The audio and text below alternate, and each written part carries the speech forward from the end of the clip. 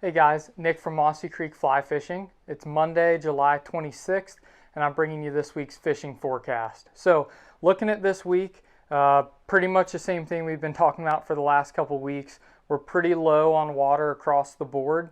We're going to look at some hot temperatures too.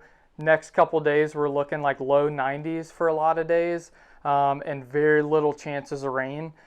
Tonight, we've got a few different systems that are kind of popping around town and just south of us a little bit. So we're kind of fingers crossed that some of those will materialize and maybe give us a good shot to the Shenandoah River or even some of our brook trout fisheries and stuff up in the mountains. So fingers crossed for more rain throughout the week. It's going to be hot. So a lot of the points I'm going to touch on are going to be the same things you've heard for the last couple weeks. For trout stuff, you know, fish really early if you're going to fish.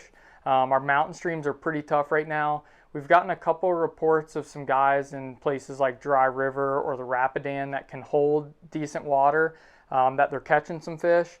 It's still pretty spooky. Those fish are kind of congregated up in their big holes. You got a lot of eyes looking at you. It's easy to spook them, and so you've got to be super, super stealthy if you're going to go that route.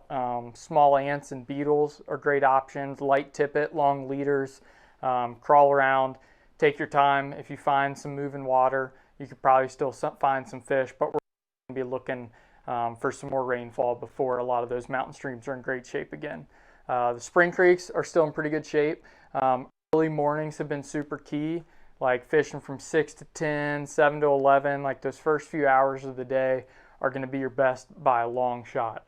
Trico hatches, beetles, hoppers, fish are looking up. It's a great time of the year to try and catch some fish on top water. Water's low and clear, so take your time, you know, crawl around when you need to.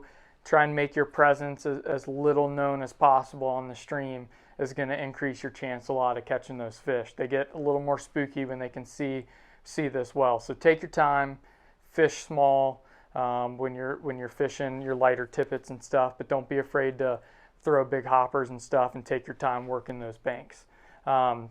Like I said, if we get some of that rain tonight and on into the next week, that could really help some of our trout fishing. So we're just going to kind of keep our eyes peeled for that. Last thing I'll say about trout fishing, if you're not aware, this time of year in Virginia, you don't have to have a trout license.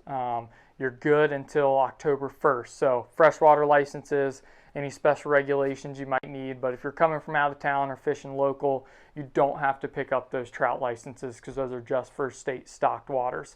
They're not stocking right now with the warmer temps, so something you don't have to worry about. Let's talk a little bit about the river. Shenandoah River is fishing great. It's definitely a little bit below average flow, so it's clear. Sometimes when the river gets a little bit more clear, we like to change up how we fish a little bit. Instead of fishing a lot of like big, really obvious bait fish patterns and stuff that draws a lot of attention, sometimes going down to a smaller size or a little bit more realistic can be super helpful. Flies like the Tide Rider or low-fat minnows, some of these smaller bait fish patterns are some of my favorite this time of year. One thing I really like about these patterns is they're tied pretty sparse. And so really the weight of the hook is enough for this fly to sink down where you need it. There's no extra weight on there, so it makes these flies land really subtle. You can make really stealthy presentations.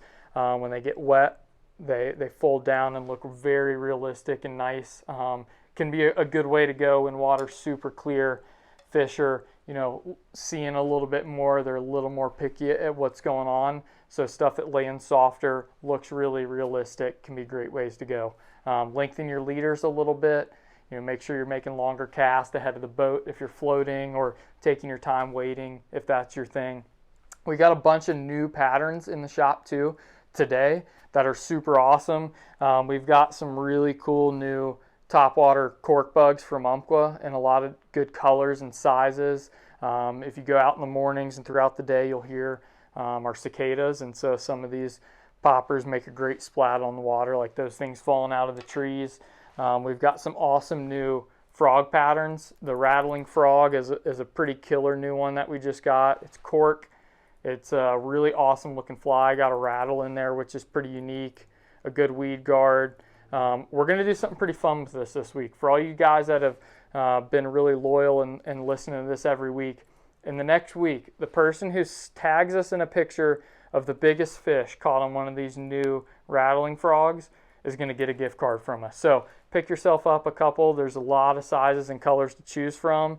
Go catch a giant largemouth or smallmouth and send us a picture, and you might be getting a little goodie there in the mail. We got another really fun one too. How about a big giant mouse pattern? If you want to go hit some lily pads or some ponds and look for that one giant fish on something really aggressive, if that's your thing, this guy could be something fun to cast. So a lot of cool new flies, pretty similar fishing. We're going to keep our fingers crossed for some more water. Take some of these techniques we talked about for low water with you. Hopefully have some more water by the next time we talk, and we'll see you next week.